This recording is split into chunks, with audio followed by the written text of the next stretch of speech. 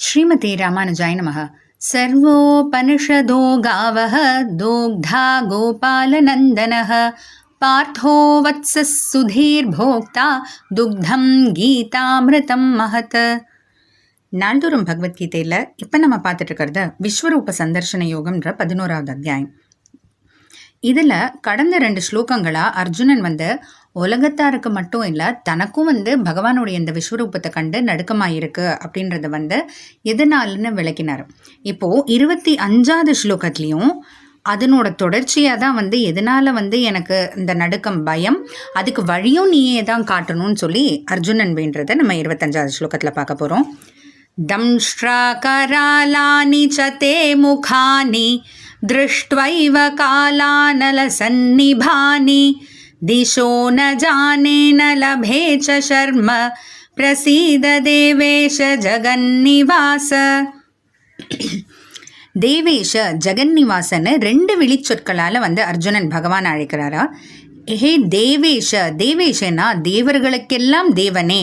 ஹே ஜெகன்னிவாச, ஜெகன்னிவாசனா ஜகத்தே உன்னுள்ள வசிக்கும்படி இருப்பவனே, அதாவது ஜகத்துக்கே வசிக்கும் இடமாக இருப்பவனே. நிவாசம் அப்படின்னா இருப்பிடம், வாசஸ்தானம், இருப்பிடம்னு. அப்போ அந்த ஜகத்துக்கே இருப்பிடமாக இருக்கக்கூடியவரே அப்படின்ட்டு ஹே ஜெகன்னிவாச அப்படின்னு சொல்லி தம்ஷ்ட்ரா கராலானி பயங்கரமாகவும் ரொம்ப கூறாகவும் இருக்கக்கூடிய பற்களை கொண்ட, அது மட்டும் இல்லாமல் கால அனல சன்னிபானி, காலனா இந்த ஊழி காலத்து, அனலன்னா நெருப்பு, இந்த ஊழி காலத்து நெருப்பை போன்ற இருக்கக்கூடிய தேமுகானி உன்னோட பல பல முகங்களை திருஷ்டுவா ஏவ பார்த்ததுனாலேயே திசக ந ஜானே, திசைகளே தெரியாமலே போயிடுச்சே அப்படின்னு. எதனால திசைகள் தெரியாமல் போகும்? ஏன் முகத்தை பார்த்தா திசை தெரியாமல் போயிடுமா அப்படின்னா, ஏன்னா ஒரு முகம் இருந்தால் பரவாயில்ல, பல பல முகங்கள் எந்த பக்கம் திரும்பினாலும் பகவானுடைய உருவம் தானே, மேலே கீழே இந்த பக்கம் அந்த பக்கம். அப்போ நம்ம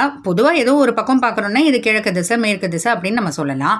எந்த பக்கம் திரும்பினாலும் பகவானோட உருவமே தெரியுது, அதே முகங்கள், அதே எல்லாம் அந்த கைகள், பகவானோட எல்லாமே அந்த திருமேனியே தெரியும் போது எது எந்த பக்கம்னே தெரியாமல் போயிடும் இல்லையா. அதுதான் திசைகளே எனக்கு தெரியாமல் போயிடுச்சு. ஷர்ம ந லபே, சுகமே இல்லை அப்படின்னு. சுகமே இல்லைன்னா இந்த இடத்துல என்னன்னா பயந்து போயிருக்கிறது தான் அர்ஜுனன் அப்படி சொல்கிறாங்க. அப்போ நான் உன்னோட இப்படியெல்லாம் ஒரு உருவம் பார்த்தா, அதுவும் இவ்வளோ நாள் அத்தை புள்ள போல் 2 பேரும் பழகிட்டு, அத்தை புள்ள அந்த மாதிரி சொந்தத்தில் இருக்கிற மாதிரி பழகிட்டு, திடீர்னு அதே ஒருவர் இப்படி ஒரு பயங்கரமான ஒரு உருவத்தை எடுத்தா யாருனால தாங்க முடியும் இல்லையா. அதுவும் இது ஒரு புரிபடாத ஒரு உருவம் வேற, இதுக்கு முன்னாடி யாருமே பார்த்துடாத ஒரு உருவம் வேற, எந்த பக்கம் திரும்பினாலும் இருக்கே, எது எந்த பக்கம் எது எந்த திசைன்னே தெரியாமல் நான் முழிக்கிறேனே அப்படின்னு சொல்லி அதனால பயந்து போயிருக்கேன். பிரசீத, அதனால நீ தான் அருள் புரிய வேண்டும்.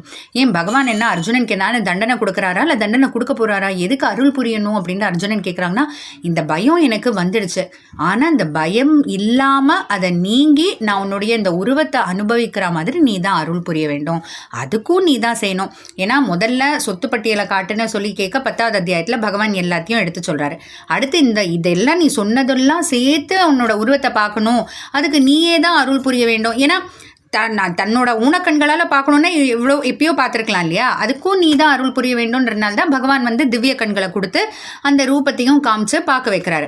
இப்போ அதை பார்த்த பிறகு திரும்ப பயம்னா அதுக்கும் பகவான் தான் அருள் புரியும். அதனால எல்லாத்துக்குமே பகவான் தான் அப்படின்றது இது மூலமாக நம்ம புரிஞ்சுக்கலாம். அதனால அர்ஜுனன் இப்போ பார்க்கணும்னு கேட்டேன், காமிச்சிட்டேன், இப்போ காமிச்சிட்ட, ஆனால் பார்த்த பிறகு இப்போ எனக்கு பயம் வந்துடுச்சு, அந்த பயம் இல்லாமையும் நீ தான் அருள் புரிய வேண்டும், நீ தான் ஆக்கணும் அப்படின்னு சொல்லி கேட்டுக்க பகவானும் அது நிறைவேற்றுறாரா என்ன.